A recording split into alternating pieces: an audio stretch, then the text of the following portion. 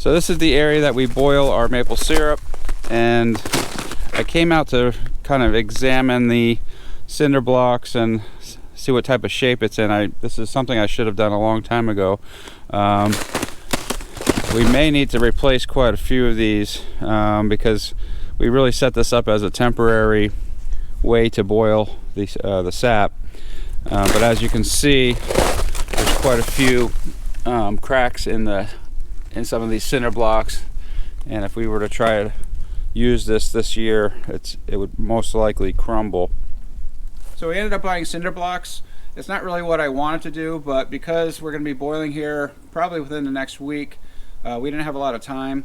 We just really need to replace the cracked blocks that we have, and not only that, but this is going to be the last season that we're going to be boiling outside anyway, so we figured, what the heck.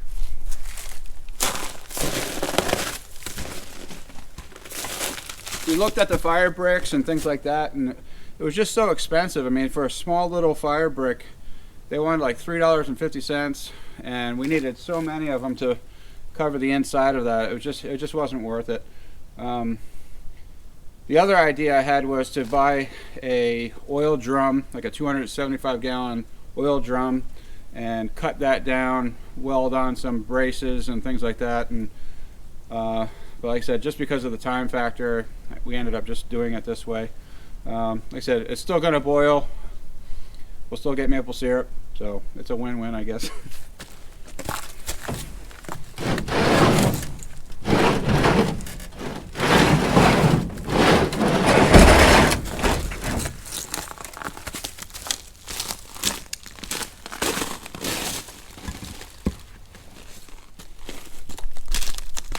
This year I think I'd like to set up a tent or some kind of shelter while we're boiling. I don't know why we've never done that in the past, but it does get very cold up here while we're boiling.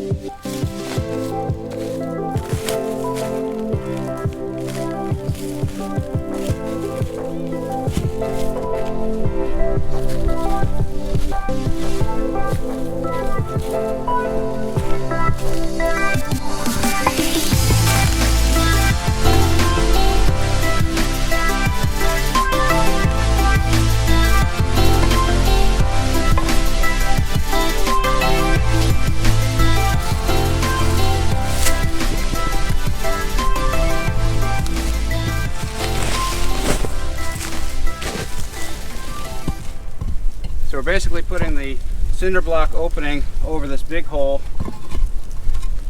to allow the smoke to go up through. We'll just build on that to make that into our chimney.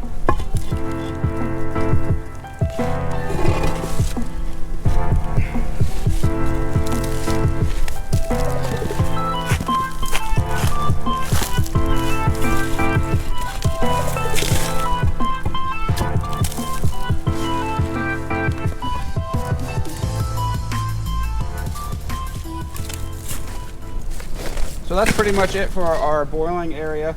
We just replaced some of the cinder blocks and got rid of some of the ones that were cracked. We have 4 pans that will completely cover this whole area on each side, and they hold anywhere from 12 to 15 gallons each. Like I said, this is not the ideal situation, but it's what we're going to do this year. Like I said, this is going to be the last time we're going to be boiling it this way, hopefully. So it does a good job though for what it is. We're just going to be grabbing some pallet wood that we have stacked up. I've been getting some pallets here and there from where I work, and this wood is really dry and burns really hot, and will help us get the fire started a lot easier.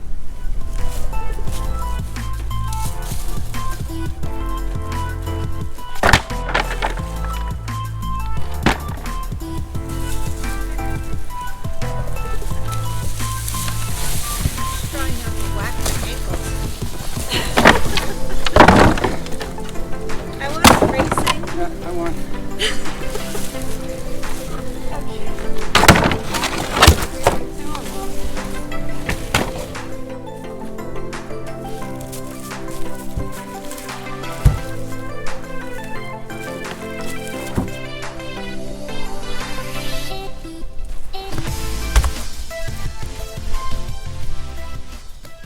So this is just one more step in our maple syrup process. I have several large piles of 4x4s that I cut up, and we burn that to boil our maple syrup.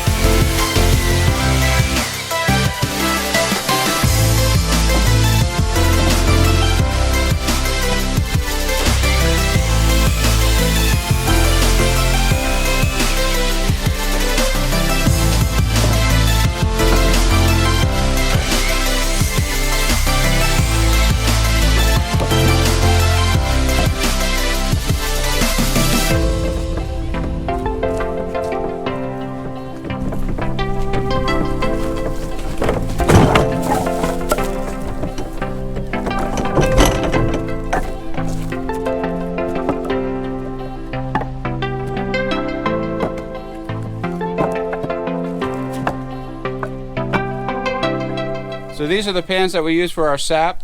They hold about 12 to 15 gallons of sap each. I'm just going to fill the pans up for right now and let them soak. I'm going to come back later and scrub them down. You want to get as much residue as you can off the sides, especially if you burn the pans.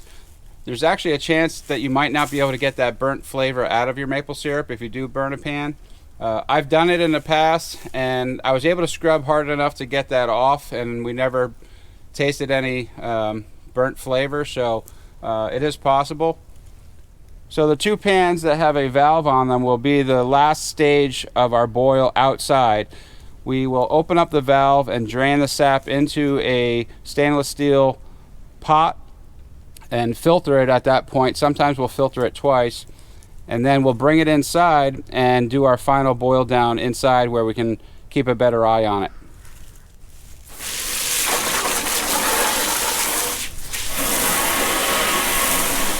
So I talked to a few people that do maple syrup, and they've told me not to use any type of cleaning product while cleaning our pans. There's a chance of that chemical coming out in the flavor of the maple syrup. So we just use a scrubby pad to scrub down all the residue off the inside of our pans.